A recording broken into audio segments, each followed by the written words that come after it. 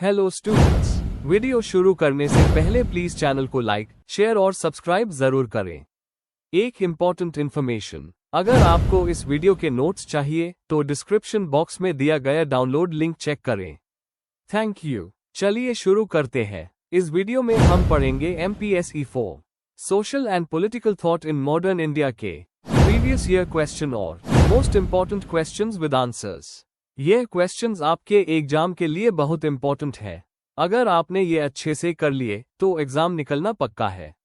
Let's begin. Question 1, discuss relationship between religion and polity in pre modern Indian political thought. Question explanation. इस question में हमें बताना है कि पुराने भारत में धर्म और राजनीति का रिश्ता कैसे था। हमें ये एक्सप्लेन करना है कि धर्म ने राजनीति, कानून, राजा की अथॉरिटी और गवर्नेंस को कैसे इन्फ्लुएंस किया।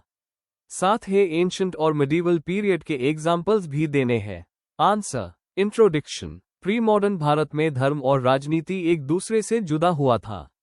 राजा की शक्ति अक्सर धर्म से लेजिटिमाइज होती थी और उसका काम था प्रजा को धर्म के अनुसार चलाना। राजाधर्मा का मतलब था कि राजा सिर्फ शासक नहीं बल्कि धर्म का रक्षक भी है। वैदिक ग्रंथों, मनुस्मृति, अर्थशास्त्र और मिडीवल पीरियड के आइडियाज ने इस रिश्ते को शेप किया। इस वजह से धर्म और राजनीति अलग चीजें नहीं बल्कि एक साथ चलती थी। Main body. 1. राजा की शक्ति और धार्मिक आधार। पुराने भारत में राजा को धर्म का रक्षक माना जाता था। उसकी शक्ति डिवाइन सैंक्शन से जुड़ी होती थी। वैदिक और धर्मशास्त्र ग्रंथ कहते हैं कि राजा प्रजा की सुरक्षा और सामाजिक व्यवस्था बनाए रखे। राजाधर्मा कॉन्सेप्ट ये दिखाता है कि राजा के लिए राजनीति एक मोरल और स्पिरिचुअल ड्यूटी भी थी। 2. धर्म, कानून और गवर्नेंस। राजनीति की बुनियाद धर्म था जो सामाजिक नॉर्म्स, नीति और रिलीजियस ड्यूटीज को इंक्लूड करता था। मनुस्मृति जैसे ग्रंथों ने लॉ कोड्स दिए जो रिलीजन पर आधारित और इन्होंने राजनीतिक इंस्टीट्यूशंस को शेप किया। अर्थशास्त्र में कौटिल्य ने प्रैक्टिकल पॉलिटिक्स पर जोर दिया, लेकिन धर्म के रोल को भी माना जाता था ताकि शक्ति की लेजिटिमेसी बनी रहे। 3. मध्यकालीन भारत में धर्म राजनीति का रिश्ता। मिडीवल पीरियड में इस्लामिक रूलर्स ने भी रिलीजन को अपने रूल की लेजिटिमेसी के लिए यूज किया। शरिया और पर्शियन पॉलिटिकल थॉट गवर्नेंस को इन्फ्लुएंस करते थे। भक्ति और सूफी मूवमेंट्स ने रिजिड धार्मिक अथॉरिटी को चैलेंज किया, जिससे राजनीति पर असर पड़ा। किंग्स रिलीजियस इंस्टीट्यूशंस और सेंट्स को पैट्रोनाइज करके अपनी पावर कंसोलिडेट करते थे। 4. ऐतिहासिक उदाहरण। अशोका ने बुद्धिज्म अडॉप्ट करके अपने गवर्नेंस को धम्मा के साथ जोड़ा। उसकी पॉलिसीज अहिंसा और वेलफेयर पर आधारित थी। गुप्ता रूलर्स ने हिंदू रिचुअल्स जैसे अश्वमेध यज्ञ से अपनी शक्ति को लेजिटिमाइज किया। अकबर ने दिना इलाही स्टार्ट करके धर्म और राजनीति को हार्मोनाइज करने की कोशिश की। कंक्लूजन। प्री मॉडर्न भारत में धर्म और राजनीति एक दूसरे से अलग नहीं थे। राजा की शक्ति धर्म से मिलती थी और उसका काम था धर्म के अनुसार राज करना। एंशिएंट टेक्स्ट्स, मेडिवल प्रैक्टिसेस और रिफॉर्मिस्ट मूवमेंट्स सभी इस रिश्ते को दिखाते हैं। यह इंटीग्रेशन ने सामाजिक स्टेबिलिटी दी लेकिन राजनीति को ऑटोनॉमी से रोका भी। इस रिश्ते को समझना इंडियन पॉलिटिकल थॉट के डेवलपमेंट के लिए बहुत जरूरी है। If you need the notes of this video, there is a download link in the description box. Be sure to check it out. Thank you. Question 2, discuss Pandita Ramabai's contribution towards women's emancipation। Question explanation. इस question में हमें पंडिता रमाबाई के जीवन और उनके योगदान को समझना है। हमें बताना है कि उन्होंने महिलाओं के शिक्षा, सामाजिक सुधार, धार्मिक प्रथाओं की आलोचना और महिलाओं के अधिकारों के लिए क्या काम किया। मतलब, उन्होंने किस तरह से औरतों को समाज में एक नई पहचान दी। Answer. Introduction. Pandita Ramabai 1858 to 1922 Bharat की एक प्रमुख महिला समाज सुधारक और एजुकेशनिस्ट थी। एमांसिपेशन का मतलब है सामाजिक और धार्मिक बंधनों से मुक्ति, और रमाबाई ने अपनी पूरी जिंदगी इस उद्देश्य के लिए समर्पित की। 19वीं सेंचुरी के भारत में जब महिलाओं को शिक्षा, अधिकार और सम्मान से वंचित रखा जाता था, तब रमाबाई एक प्रेरणा बनकर सामने आए। इस आंसर में हम देखेंगे उनका योगदान एजुकेशन, सामाजिक सुधार और धार्मिक प्रथाओं के विरोध में। Main body. 1. प्रारंभिक जीवन और प्रेरणा। रमाबाई एक प्रोग्रेसिव परिवार में पैदा हुई थी और संस्कृत की स्कॉलर बनी, जिसके लिए उन्हें पंडिता का खिताब मिला। बचपन में ही उन्होंने अकेलापन, गरीबी और भाई भेद का सामना किया, जिसने उनके आंदोलन को मजबूत बनाया। यूरोप और अमेरिका के सफर ने उन्हें इंटरनेशनल विमेंस मूवमेंट के बारे में ज्ञान दिया। 2. महिला शिक्षा के लिए योगदान। आर्य महिला समाज 1882 पुणे में स्थापित किया, जिसका उद्देश्य था लड़कियों की शिक्षा और बाल विवाह का विरोध। शारदा सदन 1889 विधवा महिलाओं के लिए एक रेजिडेंशियल स्कूल, जिसमें पढ़ाई के साथ साथ वोकेशनल ट्रेनिंग भी दी जाती थी। रमाबाई ने इंग्लिश एजुकेशन को प्रमोट किया और कहा कि शिक्षा ही महिलाओं को आत्मनिर्भर बनाएगी। उन्होंने चाइल्ड विडोज को शेल्टर दिया, जो समाज के ऑर्थोडॉक्स विचारों के खिलाफ एक कदम था। 3. सामाजिक और धार्मिक सुधार। रमाबाई ने चाइल्ड मैरिज, सती और कास्ट सिस्टम जैसे प्रथाओं का विरोध किया। उन्होंने 1887 में लिखा अपना famous book the high cast Hindu woman, जिसमें उन्होंने ऊपर जाति की महिलाओं, खासकर विधवाओं की दशा का वर्णन किया। क्रिश्चियनिटी अपनाने के बाद भी उन्होंने धार्मिक अंधविश्वासों और रस्मों की आलोचना जारी रखी। उनकी सोच एक तरह का रिबेलियन थी जो पेट्रियार्कल सोसाइटी के खिलाफ खड़ी थी। 4. विरासत और प्रभाव। रमाबाई ने मुक्ति मिशन, कटगांव जैसे संस्थान बनाए जहां अनाथ और असहाय महिलाओं को शरण और ट्रेनिंग मिलती थी। उनका कार्य आगे चलकर विमेंस मूवमेंट के लिए फाउंडेशन बन गया। उनकी हिम्मत और जीवन शैली ने ये दिखाया कि महिलाएं अपनी किस्मत खुद लिख सकती है। वो सिर्फ एक सुधारक नहीं, बल्कि एक इंस्पिरेशन थी जो समाज में नई सोच लेकर आए। कंक्लूजन। पंडिता रमाबाई एक समाज सुधारक के साथ साथ महिलाओं के लिए एक रिवॉल्यूशन की प्रेरणा थी। उन्होंने शिक्षा, सामाजिक सुधार और धार्मिक आलोचना के जरिए महिलाओं को एक नई पहचान दी। आज भी उनका योगदान फेमिनिस्ट मूवमेंट की बुनियाद माना जाता है। If you need the notes of this video, there's a download link in the description box. Be sure to check it out. Thank you. Question 3. Analyze main features of nationalism as propounded by V.D. Savarkar. Question explanation. इस question में हमें V.D. Savarkar के राष्ट्रवाद के विचारों को समझना है।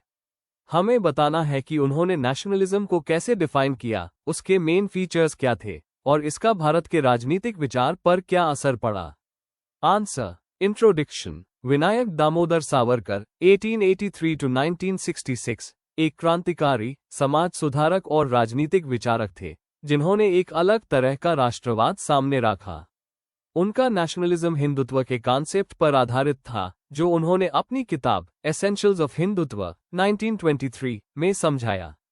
सावरकर के लिए राष्ट्रवाद सिर्फ आजादी नहीं था, बल्कि एक सांस्कृतिक एकता, सांझी इतिहास और सामूहिक पहचान भी था।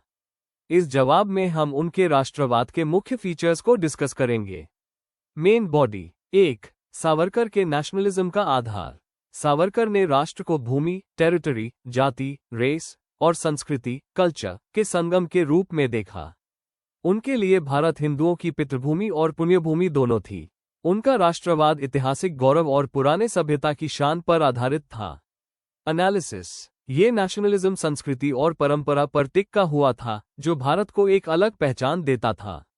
2. हिंदुत्व का कॉन्सेप्ट नेशनल आइडेंटिटी के रूप में। सावरकर ने हिंदू धर्म और हिंदुत्व में फर्क बताया। हिंदुत्व एक कल्चरल आइडेंटिटी थी, जो एंसेस्ट्री, भाषा और सामाजिक परंपरा पर आधारित थी।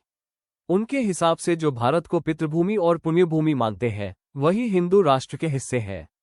एनालिसिस। इससे उनका राष्ट्रवाद इंक्लूसिव लगता है, लेकिन मुस्लिम्स और क्रिश्चियंस को इसमें शामिल करना मुश्किल था, क्योंकि उनके पवित्र स्थान भारत के बाहर थे।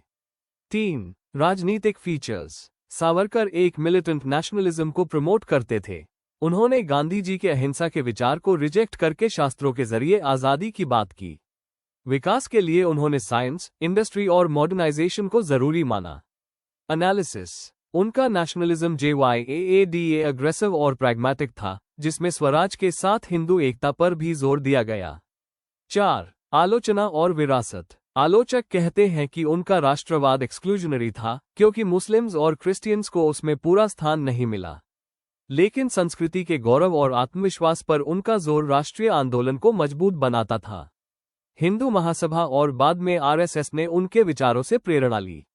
एनालिसिस। आज भी उनके विचार भारत के राजनीतिक चर्चाओं में गहरा प्रभाव डालते हैं।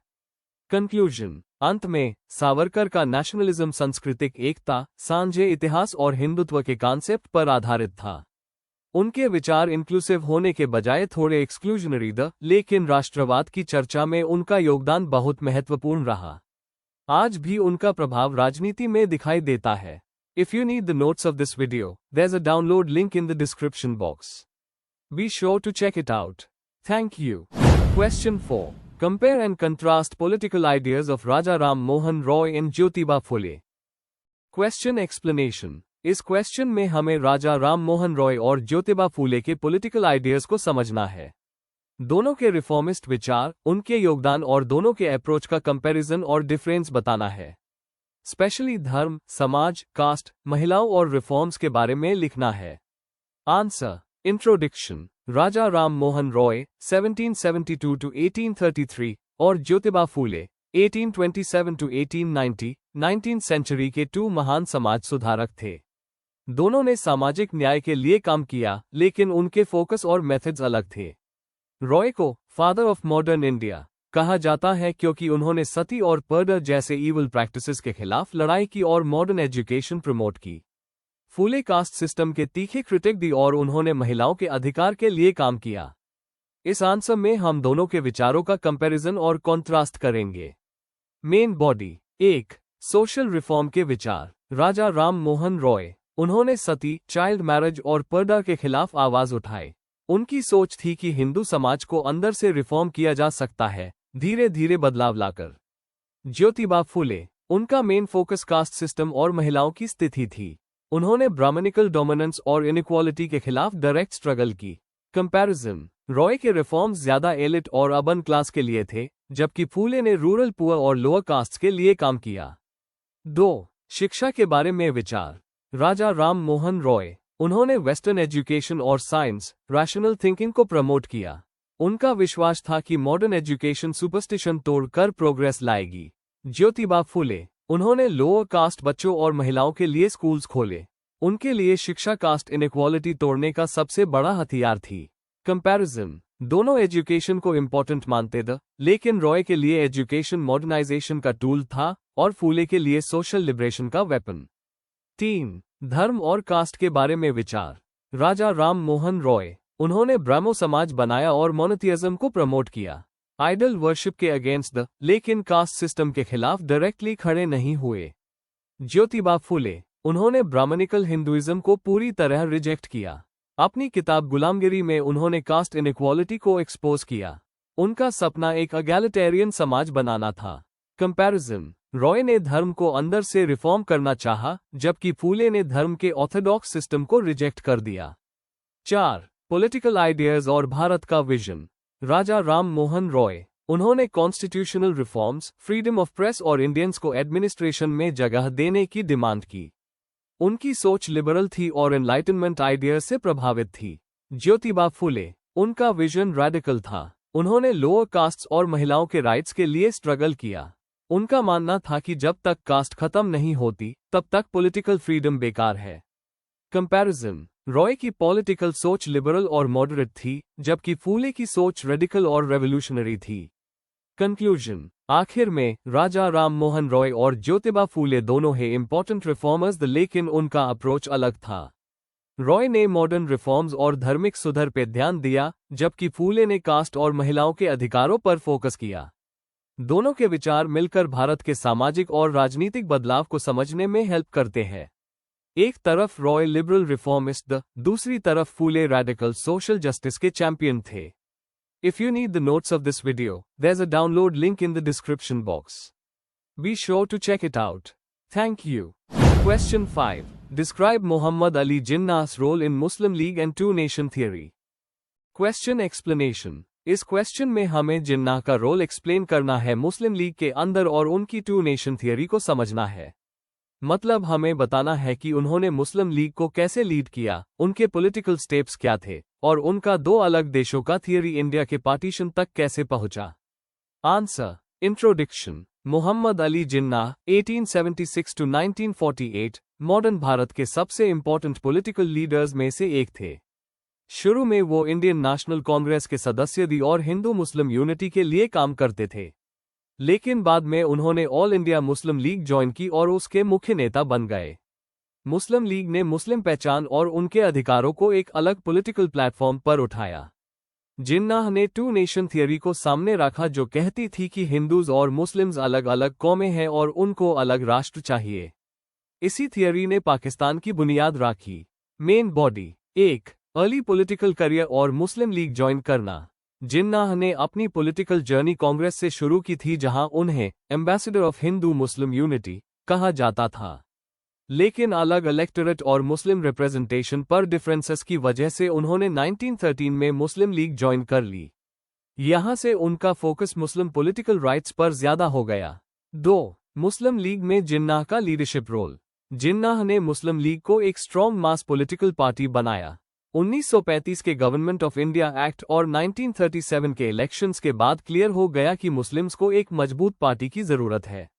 जिन्नाह ने मुस्लिम लीग की मेंबरशिप बढ़ाई, उसको ऑर्गेनाइज किया और खुद को मुस्लिम्स के स्पोक्सपर्सन के रूप में प्रेजेंट किया। 3. टू नेशन थियरी का विकास। जिन्नाह का सबसे बड़ा कंट्रीब्यूशन था टू नेशन थियरी। यह थियरी कहती थी कि हिंदूज और मुस्लिम्स टू अलग नेशंस है। उनके अलग धर्म, कल्चर और हिस्ट्री की वजह से एक ही राष्ट्र में रहना मुश्किल है। लाहौर रेजोल्यूशन 1940 में जिन्नाह ने ऑफिशियली अलग मुस्लिम स्टेट्स की डिमांड रखी। इस वक्त उनके स्पीशीज और राइटिंग्स मुस्लिम्स के लिए अलग मुल्क की नेसेसिटी को हाईलाइट करते थे। 4. पार्टीशन और पाकिस्तान की तस्नीम। जिन्नाह की पाकिस्तान की डिमांड और कॉम्प्रोमाइजेस न करने की पॉलिसी ने इंडिपेंडेंस नेगोशिएशंस को शेप दिया। 1946 का कैबिनेट मिशन प्लान उन्होंने रिजेक्ट कर दिया क्योंकि वो मुस्लिम्स की सॉवरेंटी को सिक्योर नहीं करता था। मुस्लिम्स का एक बड़ा हिस्सा जिन्नाह के लीडरशिप के पीछे एकजुट हो गया। आखिर 14 अगस्त 1947 को पाकिस्तान बना और जिन्नाह उसके पहले गवर्नर जनरल बने। कंक्लूजन। मोहम्मद अली जिन्नाह ने मुस्लिम लीग को एक छोटी पार्टी से एक स्ट्रॉन्ग पॉलिटिकल प्लेटफॉर्म बना दिया। हिंदू मुस्लिम यूनिटी के सपोर्टर से लेकर पाकिस्तान के फाउंडर बनने तक उनका सफर कॉलोनियल भारत की पॉलिटिक्स को दिखाता है। टू नेशन थियरी के जरिए जिन्नाह ने पाकिस्तान की आइडियोलॉजी को जस्टिफाई किया और साउथ एशिया का हिस्ट्री बदल दिया। Before we end, please like, share and subscribe the channel for more such study materials and one important information अगर आपको नोट्स चाहिए तो डिस्क्रिप्शन बॉक्स में डाउनलोड लिंक दिया हुआ है, जरूर चेक करें। Thank you.